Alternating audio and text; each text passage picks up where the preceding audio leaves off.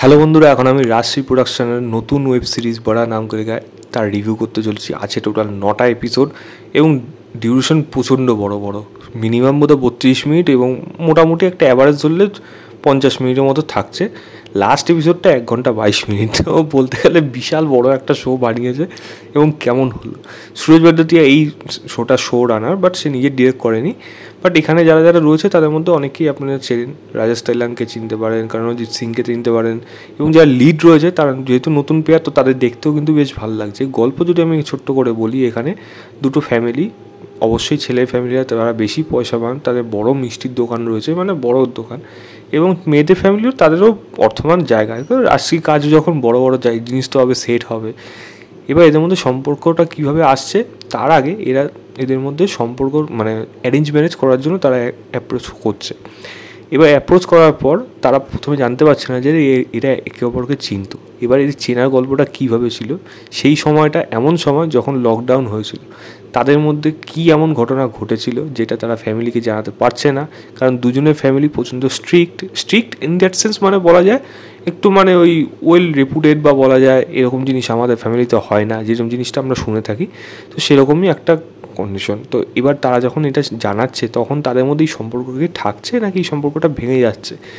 কারণ বড় বড় জায়গায় কিন্তু মানে বিশেষ করে বড় যেরকম ব্যাপার থাকে, তখন কিন্তু এরকম হলে কিন্তু সম্পর্ক টিকে থাকতে পারে না। বাট তা আগে টিকিয়ে রাখতে পারছে, এর থেকে বেশি জানতে হলে আপনাকে সোনি লিভে গিয়ে এই শোটা দেখতে হবে। প্রায় 7 ঘন্টা, 7.25 ঘন্টার মতো লাগবে এই শোটা দেখতে। বিশাল বড় একটা শো, এবং কিছু জিনিস ডেফিনেটলি রয়েছে যেগুলো ভালো। যেমন রাজশ্রী কাজ যদি আপনার ভালো থেকে থাকে তো ভালোই। ইমোশনাল হলো রাজশ্রী কাজের মেন জিনিস, তো সেই জিনিসটা কিন্তু এই কাজটার মধ্যে বজায় থেকেছে।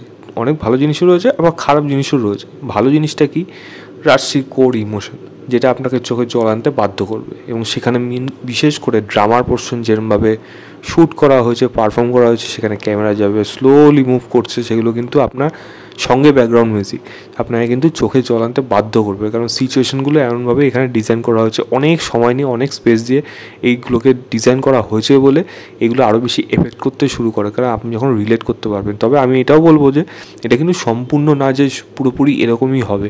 এরকম আরও অনেক ডিফারেন্ট টাইপ অফ স্টোরি আছে, বা ডিফারেন্ট টাইপ অফ ফ্যামিলি আছে যারা এরকম ধরনের কাজ থেকে আরও এক্সট্রিম পর্যায়ে যেতে পারে, বা এর থেকে আরও লাইট পর্যায়ে যেতে পারে। তারা একটা মোটামুটিভাবে দেখিয়ে দিয়েছে, পুরো ডিটেলসে ইন ডেপথে যায়নি, বাট যেটুকু দেখিয়েছে তাতে কিন্তু ইমোশনাল করতে আপনাকে বাধ্য করবে। মানে বাধ্য করুন ইন দ্যাট সেন্স, আপনি হয়ে যাবেন ইমোশনাল, সেটা কিন্তু এখানে করতে সক্ষম হয়েছে। দ্বিতীয় জিনিস বলবো, এখানে পারফরমেন্স, ডেফিনেটলি প্রত্যেকের পারফরমেন্স ভালো। জামিল খান কি দারুণ অভিনয় করে গেছে, মানে সত্যিই ভালো। করণজিৎ সিং অসাধারণ পারফরমেন্স। এছাড়া প্রত্যেকেই, যারা রাজেশ তাইলাংকে একটা গ্রেট রেড ক্যারেক্টার দেওয়া হয়েছে, অঞ্জনা সুখানিকে দেখতে পারবেন তার ছোট্ট রোল। পরিবারের যারা যারা রয়েছে প্রত্যেকের পারফরমেন্স কিছু কিছু জায়গায় কিন্তু বিশেষ করে ভালো, এবং লিড পারফর্মার যারা অভিনেত্রী তাদেরও কিন্তু পারফরমেন্স ভালো লাগবে। অনস্ক্রিন কিন্তু তাদের বেশ ভালো লাগছে। মেয়েটি খুব মিষ্টি লাগছিলো মেয়েটাকে, এবং মনে হবে প্রত্যেকটা ছেলে হয়তো এরকম ধরনের মেয়েকে একটা ডিজার্ভ করে, এরকম একটা ড্রিম ক্যারেক্টার যেন সেই মেয়েটি পাঠ করেছে। রাজশ্রী কাজে হয়েই থাকে, এবং সেই জিনিসটা সে করতে পেরেছে, তো সেটা কিন্তু ডেফিনেটলি ভালো। তৃতীয় জিনিস অবশ্যই বলবো, এই সিনেমার ভালো ভালো ডায়লগ, পাওয়ারফুল ডায়লগ, যেগুলো ফ্যামিলি রিলেটেড। এবং এরকম ফ্যামিলির মধ্যে যখনই কোনো ঘটনা ঘটে, আমাদের মধ্যে কী কী জিনিস শেখা উচিত, এবং সেই শেখাটা যদি ওভারডোজ হয়ে যায়, মানে সেটাকে যদি জোর করে করতে হয়, মানে আমি পরিবারের বড় গুরুজনকে সম্মান করছি, এটা যেন ভালোবেসে সম্মানটা হয়, সম্মানটা যেন ভয় পেয়ে সম্মান না হয়, যেটা এই গল্পের মধ্যে বলতে চেয়েছে। তো এর মানে মেন জিনিসটা কিন্তু খুব ভালো। মানে আমি তোমাকে মানে সম্মান করব, কিন্তু তার জন্য যেন আমাকে যেন আমার মতামতটাও তোমার যেন একটা সময় পর দেওয়া উচিত। তোমার পুরোপুরি মতামতটা আমার উপর পুরোপুরি চাপিয়ে দেওয়া উচিত না। বা বলা যায় বিশেষ করে বাড়ির বড় ছেলেরা যারা ছিল, তাদের ডিসিশনই সমস্ত কিছু হয়ে থাকে, বাকি ছোটোদের মহিলাদের তাদের কথা শোনা হয় না। তো এরকম যেন ছোটো ছোটো জিনিস রয়েছে যেগুলো কিন্তু গল্পের মধ্যে উঠে আসে, যেটা কিন্তু এই সিরিজটার মধ্যে বেশ ভালোভাবে সেগুলোকে পুল আপ করতে পেরেছে। ড্রামা পোর্শন কিন্তু সেই জায়গায় বেশ ভালো ছিল। এবং আরেকটা জিনিস অবশ্যই বলা উচিত, এই সিরিজের ব্যাকগ্রাউন্ড মিউজিক সঙ্গে গান কিন্তু সত্যিই খুব সুন্দর গান হয়েছে। আমার কিন্তু মন ভরে গেছে এরকম গান। এবং ব্যাকগ্রাউন্ড মিউজিকে রাজশ্রী অন্যান্য মানে পুরনো সিনেমার যা যা গান ছিল সেইগুলোকে যেরকম ইউজ করা হচ্ছে, সেগুলো যেরকম শুনতেও ভালো লাগে, সেরকম নতুন যেই সুরগুলোকে এখানে ইউজ করা হচ্ছে। তো রিস্তা ক্যা ক্যা হেতে হে, এই গানটাকে যেরকমভাবে মিউজিকটা যেরকমভাবে আসছে এই কাজের মধ্যে, আপনার কিন্তু এমনি কোর ইমোশনটা আপনাকে ক্যাচ করে নেবে। সেটাই কিন্তু এই সিরিজের মধ্যে বেশ ভালো ছিল। শুরুর দিকে বেশ ভালোভাবে কিন্তু সিরিজটা এগোচ্ছিল, দেখতে একটা আলাদা মজা লাগছিল। তো পুরোপুরি রাজশিরই কাজ হচ্ছে, কিন্তু এখানে এরা যেটা বলছে যে রাজশি কাজের মধ্যে কোথাও যেন জেনজির গল্প চলে আসছে। তো সেরকম চলে আসলে কীরকম হতে পারে আমি বলবো না এটা এক্সট্রিম পর্যায়ে গিয়ে দেখিয়েছে, বাট একটা একটা মোটামুটি জায়গায় গিয়ে তারা দেখাতে কিন্তু সেটা সক্ষম হয়েছে, যেটা আমার মনে হয় কাজের মধ্যে ভালো লাগবে। চোখে কিন্তু জল আসবে, যেটা আমার এই সিরিজটা থেকে মনে হয়েছে। ছোটোখাটো আরও অনেক জিনিস রয়েছে এই কাজের মধ্যে উঠে আসে, বিশেষ করে ইনার মেসেজ আছে সেখানে, তো সেগুলো কিন্তু বেশ ভালো ছিল। এগুলো আরও আলাদা আলাদা আলোচনা করছি না।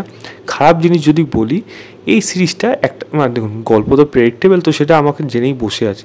এবার সেটা কতক্ষণ ধরে রাখছি তার উপর নির্ভর করছে। কিছু কিছু জায়গা আমার মনে হচ্ছে একটু মানে ওভারডোজ হয়ে যাচ্ছে, বা বলা যায় একটু ড্র্যাগ হয়ে যাচ্ছে, যার জন্য সিরিজটার লেন্থ আরও বড়ো হয়ে গেছে, যেটা আমার মনে হয় একটু চপ আউট করা প্রয়োজন ছিল অ্যাটলিস্ট।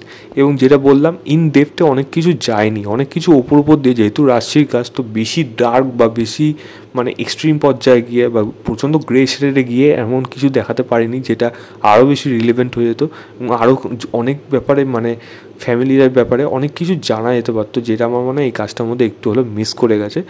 আদারওয়াইজ কিন্তু এই কাজটাকে কিন্তু আমি কোনোভাবে খারাপ শো বলবো না। ক্লাইম্যাক্সটা ভালো, তবে ক্লাইম্যাক্সটা আরও আমি এক্সপেক্ট করছিলাম, তবে শেষ যে মুহূর্তটা ওটা একটা কিন্তু আপনার মুখে কিন্তু একটা হাসি দিয়ে দেবে, যেটা আপনার কিন্তু আশা করি ভালো থাকবে।